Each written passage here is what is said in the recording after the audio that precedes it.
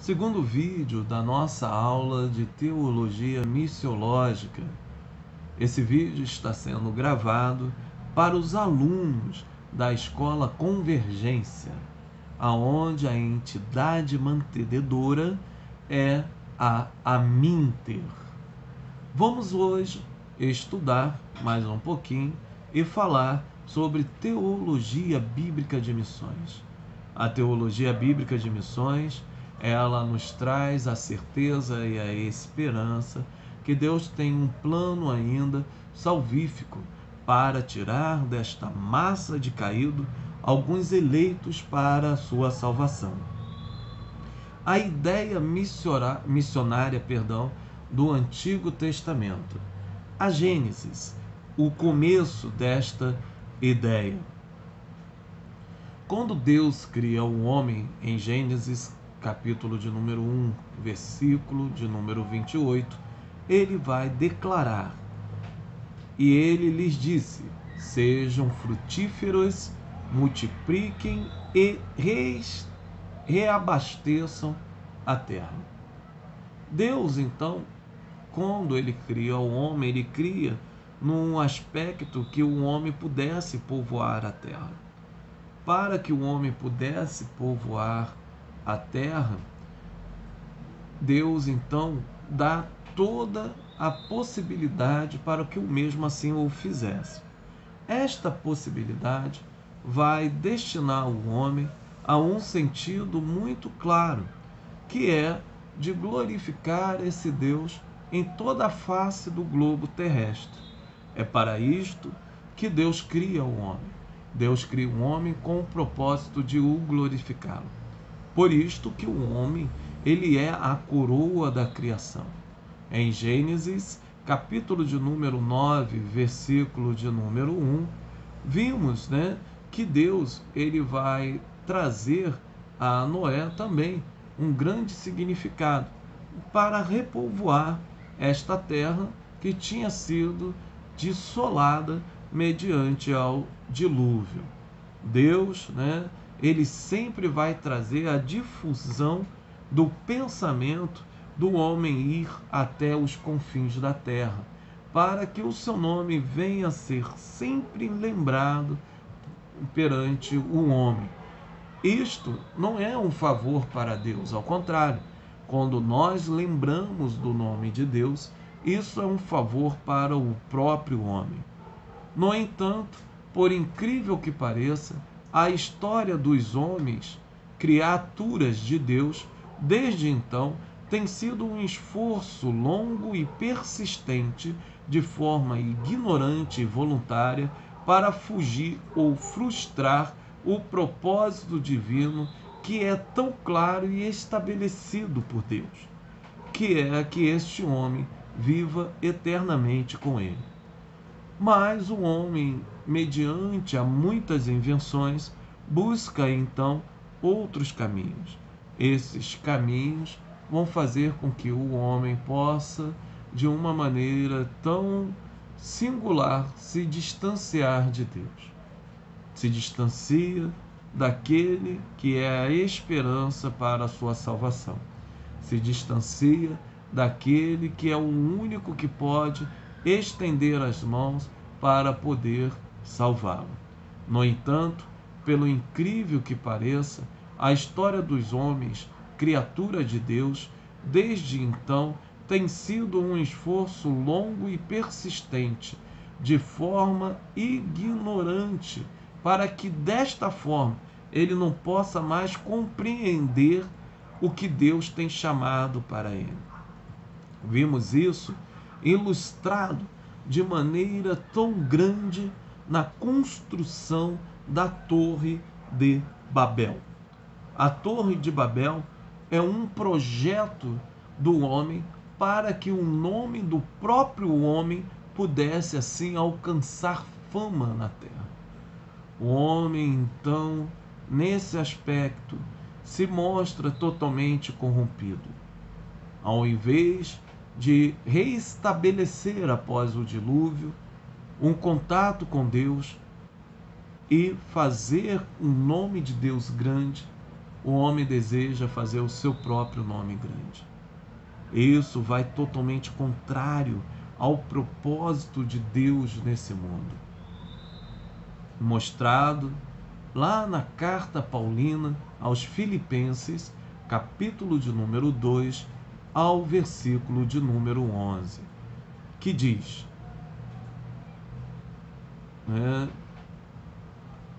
da seguinte forma, que Deus dá exatamente aos homens um nome, aonde todo joelho iria se dobrar. Este nome é o nome de Jesus Cristo. O único nome que deve ser glorificado e exaltado, o nome de Jesus. Mas, contudo, o homem não consegue enxergar esta grandeza. Deus faz com que o seu Espírito desça sobre o homem naquele momento, confunda as línguas deles e os espalha mediante a face da terra. Mas Deus não desiste do homem, porque os seus propósitos são eternos e imutáveis. Deus deseja salvar a todo o homem.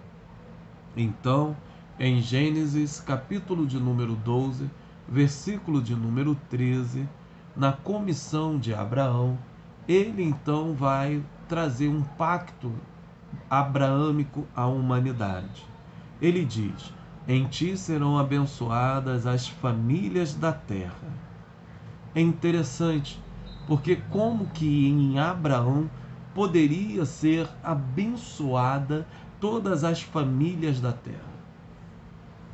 Em Abraão isso nunca aconteceu. Mas vimos que esta promessa é uma promessa espiritual que se estende ao seu descendente.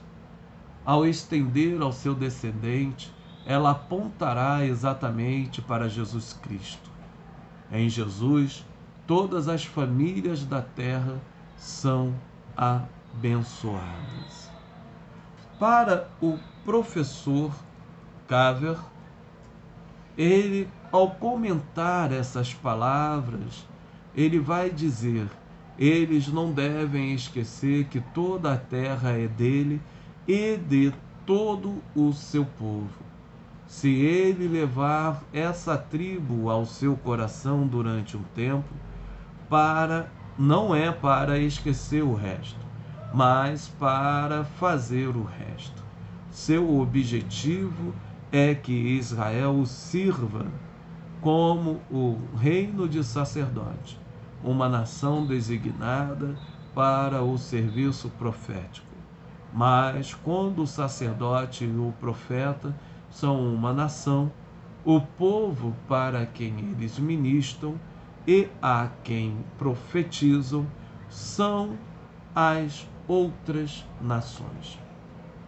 Nós, quando enxergamos esse propósito missionário, podemos compreender de maneira absoluta que quando Deus chama uma nação para ser sacerdote dela, para ter esse reino sacerdotal, esta nação então está incumbida de levar este evangelho às outras nações da terra. Deus nos fez povo seu, sua propriedade escolhida, sacerdócio real e nação santa. Nós somos a nação que irá morar nos céus.